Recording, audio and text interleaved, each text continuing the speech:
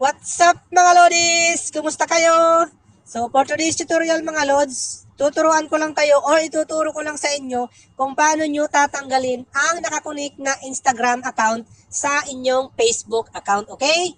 So yan ang ituturo natin Lods sa video ito. Kung may katanungan ka na lang Lods, i-comment mo na lang sa comment section ng video na to at sasagutin natin yan sa abot ng ating makakaya, okay? At para dun sa ibang tutorial mga Lods, pabisit na lang po ng ating mga video dyan.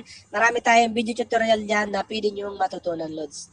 So dito Lods, sisimulan ko lang sa pinakaumpisa para malaman nyo kung paano tanggalin ang Instagram account sa inyong Facebook account, okay? So dito sa Facebook Lods, dapat ang nakalagin dito, syempre yung Facebook account nyo na gusto nyo tanggalin, yung nakakunik na Instagram, okay? So pag andito na kayo, ang gagawin nyo mga Lods ay pupunta kayo dito sa tatlong slash na yan. Ngayon dito Lods, i-scroll up nyo lang, scroll up natin. Pupunta tayo dito sa Setting and Privacy. Ngayon dito Lods sa Setting and Privacy, pupunta tayo dito sa Setting. So dito Lods sa Setting Lods, hindi lahat pare-parehas ang lumalabas dito.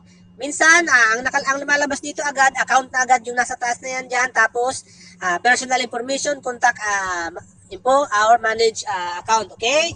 So, kung mapapansin nyo, iba yan. Diyan, ito updated kasi ito sa akin. So, kung gusto nyo maging ganito yung Facebook nyo, update nyo yung inyong Facebook. Okay? So, dito, Lods, hanapin lang natin ang ating account information. Okay? So, dito siya sa akin sa personal information. Punta tayo dito. So, dito Lods sa personal information, lalabas ito, ayan, general, name, contact info, identity information, manage account. So, dito tayo Lods, pupunta sa name, okay? Click natin itong name. So, dito Lods sa name, hindi tayo magpapalit ng pangalan, okay? Pupunta lang tayo dito sa naka-highlights na, ayan, manage sync setting. I-click natin yan. Tapos, dito Lods, mapupunta tayo dito sa account center, okay? Dito sa account center Lods, pupunta tayo dito sa baba. Ayan, click natin tong account na yan. Ayan. So, dito sa account Lods, lalabas dito yung mga nakakunik na Instagram or kahit ibang account na nakakunik sa Facebook mo. Katulad yan, ayan. Ibang Facebook na nakakunik sa Facebook ko. So, ito Lods, may dalawa ako ditong Instagram. Ito yung luma kong Instagram na gusto kong tanggalin. Ito na kasi yung bago kong Instagram ngayon na connect sa aking Facebook.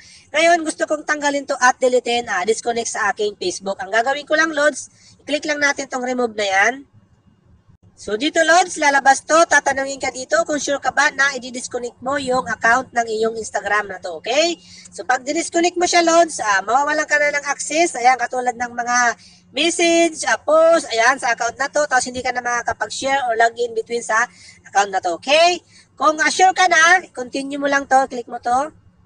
So, dito, magkikreate tayo ng create new password, okay? Click natin to. So, dito, Lods, lalabas na to. Kailangan natin mag-create ng password, okay? Pag once na nilagay nyo na yung bagong password nyo, Lods, i-continue lang. So, dito, Lods, lalabas to. Your Instagram account will be removed from your account center, okay? Means sa inyong Facebook. Tapos, basahin mo na lang to. Yan, mahaba-haba yan. Tapos, pag naintindihan mo na, Lods, click mo na tong remove na nasa baba na yan, okay? So, tapos, lalabas na to, Lods. Ayan, kung mapapansin nyo, wala na yung aking isang Instagram account na tinanggal na nakakonek sa aking Facebook, di ba? So, napakadali lang, Lods. So, sana nasundan mo. Kung hindi mo nasundan, i-comment mo na lang sa comment section ng video na to. At sasagutin natin yan sa abot ng ating makakaya, Lods. So, hanggang sa muli, Lods. Much love. God bless.